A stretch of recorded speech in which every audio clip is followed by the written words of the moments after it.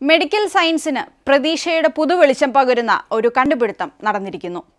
2022 November 29 അമേരിക്കയിലെ San ഫ്രാൻസിസ്കോയിൽ നടന്ന clinical trials on Alzheimer's disease കോൺഫറൻസിൽ ആവേശകരമായ ഒരു വാർത്തയ്ക്കാണ് ശാസ്ത്ര സമൂഹം സാക്ഷ്യം വഹിച്ചത്.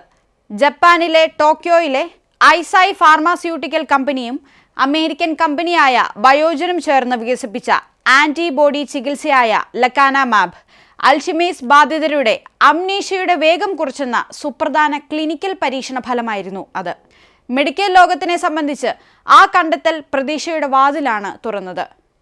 അൽഷിമേഴ്സിന്റെ തുടക്കം കണ്ടു തുടങ്ങിയ 1795ഓളം പേരെ രണ്ടായി തിരിച്ച് 18 മാസം രക്തത്തിലൂടെ ഒരു വിഭാഗത്തിന് ലക്കാനമാബ് ആന്റിബോഡിയും മറ്റുള്ളവർക്ക് മരുന്നെന്ന വ്യാജേന നൽകുന്ന പദാർത്ഥം പ്ലാസിബോയും നൽകി.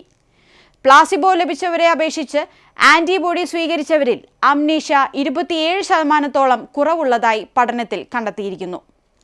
ബീറ്റ അമലോയിഡ് എന്ന പ്രോട്ടീൻ തലച്ചോറിൽ അടിഞ്ഞുകൂടുന്നത് നീക്കാൻ ലക്കാനമാബിന് കഴിയുന്നുണ്ട്. ബീറ്റ അമലോയിഡിൻ്റെയും മറ്റൊരു പ്രോട്ടീൻ ടൗവിൻ്റെയും സാന്നിധ്യമാണ് അൽഷിമേഴ്സിൻ്റെ ലക്ഷണം. പക്ഷേ ഇവയാണ് രോഗത്തിൻ്റെ മൂലകാരണമെന്ന് കണ്ടെത്തിയിട്ടില്ല. എന്നാൽ ലക്കാനമാബ് ബീറ്റ അമലോയിഡിനുള്ള പ്രതിദ്രവ്യമായി പ്രവർത്തിച്ചെന്ന് കണ്ടെത്തി. അംനീഷ്യയ്ക്ക് ബീറ്റ അമലോയിഡ് നേരിട്ട് കാരണമാകുന്നു എന്നും ഇതിൽ നിന്ന് വ്യക്തമായി. 20-ാം നൂറ്റാണ്ടിന്റെ തുടക്കത്തിൽ 51-കാരിയായ ഔഗൂസ്റ്റ് ഡിറ്ററെ ഓർമ്മക്കുറവിനും മറ്റ് നാഡീസംബന്ധ അസുഖങ്ങൾക്കും ചികിത്സിച്ച ആലോ അൽഷമേർ എന്ന ജർമ്മൻ ഡോക്ടറാണ് 1906 ശാസ്ത്രലോകത്തിനു മുൻപിൽ ആദ്യമായി ഈ രോഗത്തെ അവതരിപ്പിച്ചത്. ലോകത്താകമാനം 5 കോടി അൽഷിമേഴ്സ് ബാധിതരുണ്ടെന്നാണ് കണക്ക്.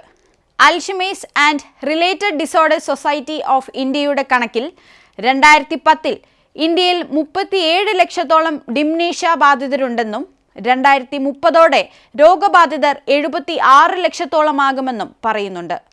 പുതിയ പരീക്ഷണം കൊണ്ട് അർത്ഥവത്തായ എന്ത് മാറ്റമാണ് രോഗികളിൽ ഉണ്ടാവുക എന്നതാണ് ലക്കാനമാബ് അംഗീകാരം നേടിയാൽ ശാസ്ത്രലോകം ഉറ്റുനോക്കുന്നത്. ഏതായാലും ശുഭപ്രതീക്ഷ നൽകുന്ന ഇത്തരം കണ്ടുപിടുത്തങ്ങൾ ശാസ്ത്രലോകത്തിന് ഊർജം പകരും എന്നത് ഉറപ്പാണ്.